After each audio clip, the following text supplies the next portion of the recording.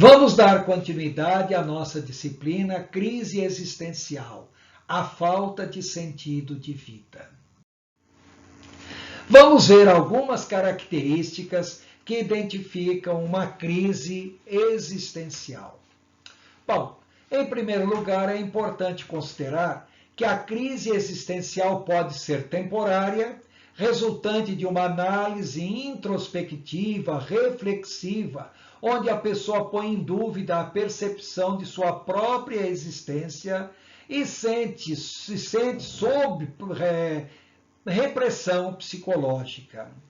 Essa crise temporária pode passar sem consequências realmente significativas. Quando uma crise existencial é aguda, ou seja, muito intensa, ou muito longa, que já seria uma crise cronificada, mesmo que não seja aguda, ou o que é pior, uma crise aguda e crônica ao mesmo tempo, então essa crise existencial se torna de fato uma anomalia. Nesse caso, fala-se de uma crise existencial propriamente dita. Então, a crise existencial se caracteriza, em primeiro lugar, pelo estado depressivo persistente.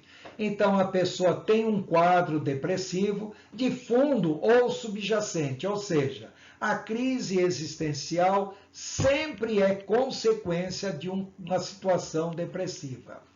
Em geral, é a depressão unipolar, também chamada depressão maior, ou episódio depressivo importante, também chamado de melancolia ou infelicidade profunda.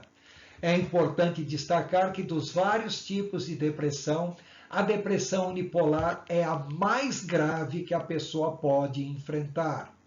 Ela se caracteriza por vários fatores. Sempre estará presente o humor depressivo acentuado, a anedonia acentuada, que é a falta de prazer em tudo, sentir-se sem valor. Também, além desses três, outros fatores podem se fazer presente, como, por exemplo, alteração de apetite e peso. Então, a pessoa pode apresentar anorexia ou, ao contrário, uma hiperfagia descontrolada, come descontroladamente. Também pode ser acompanhado de insônia ou, ao contrário, a hipersonia. Pode ser acompanhada de lentificação ou, ao contrário, agitação psicomotora acentuada. O maior problema da depressão unipolar é a sua alta letalidade, ou seja, raramente a pessoa vai ser levada à morte em consequência de uma crise existencial.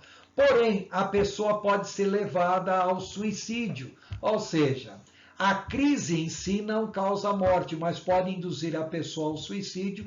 Então, ela não é fatal, mas ela é letal. Podemos ainda colocar as tríades negativas. Tríade negativa é um termo definido por Aaron Tenkenbeck, nascido no ano de 1921. Nesse ano de 2021, ele está completando 100 anos de idade. Ele foi o criador da terapia cognitivo-comportamental, a TCC. E ele fala sobre a tríade negativa que acompanha as pessoas depressivas, que são caracterizadas pelo desamor, desvalor e desamparo. São os 3 Ds. Essa tríade negativa, ou as tríades negativas, esses sentimentos, destroem a visão que a pessoa tem de si mesmo, do mundo e do futuro. Além disso, outra tríade negativa é constituída pelo desprazer quanto à sua visão do mundo, pelo desânimo para fazer qualquer coisa e desesperança quanto ao futuro. A pessoa cai em uma infelicidade e pessimismo profundos e não vê sentido para sua vida presente e nem de melhora futura desse quadro. A pessoa não vê sentido algum para a sua vida.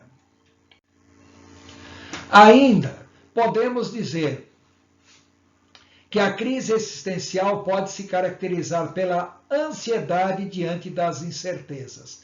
Então, além dos sentimentos depressivos, a pessoa é tomada por forte ansiedade. Também pode ser caracterizada pelo estresse e cansaço mental recorrente, que é uma consequência direta da ansiedade e agravados pelos pensamentos aflitivos. Esse estresse e cansaço dificultam sua adaptação às variações do meio ambiente. Também, a crise existencial pode se caracterizar por forte sentimento de culpa, remorso e arrependimento pelas escolhas erradas que fez na vida. A pessoa sente a incapacidade de voltar atrás ou reverter a situação que causou a crise.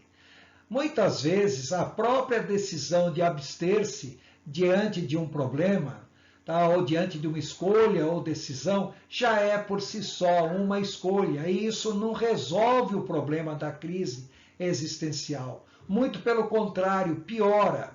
Voltando a Kierkegaard, ele mais uma vez reforça a angústia decorrente da liberdade e da responsabilidade pelas escolhas e o desespero devido à tensão que a alma sente entre o medo da morte, algo finito, e a vontade de viver algo infinito. Isso é o contraste entre o finito e o infinito. Ainda podemos dizer que a crise existencial se caracteriza pela falta de vontade de socialização. A pessoa em crise existencial sempre tende ao isolamento social geral e ou ao desânimo para qualquer tipo de atividade social. Muitas vezes a pessoa é levada ao isolamento não porque ela quer, mas pelas demais pessoas, porque torna-se difícil conviver com uma pessoa em crise existencial. Lembrar que o isolamento agrava mais ainda a crise existencial, pois a interação social, o diálogo e o desabafo são importantes para reorganizar os pensamentos e a pessoa encontrar possíveis soluções para os problemas. Ainda podemos destacar a anomia. A palavra anomia vem do grego, a, que quer dizer não, e nomos, que quer dizer lei ou legítimo. Ou seja, anomia é uma condição de falta de normas ou de impossibilidade de obediência às normas. Nós não estamos falando anomia como uma oposição às normas sociais, mas pelo fato de que para essa pessoa nada faz sentido, sendo dominada pela impotência de reequilibrar a sua vida. Ainda temos que destacar as alterações orgânicas neurovegetativas que muitas vezes se fazem presentes numa crise existencial. Esse quadro de desequilíbrio provoca baixa acentuada no sistema imunológico, causando diversas doenças somatizadas, tais como somatizações diversas, como dermatite, gastrite, enterite, alergias, etc. Também transtornos hormonais diversos, principalmente de tireoide, síndromes diversos, como a síndrome do pânico, síndrome de Tourette, etc. Fobias diversas, como tanatofobia, agorafobia, claustrofobia, gerontofobia, etc. E insônia ou o oposto, a hipersonia, a falta de sono ou sono em excesso.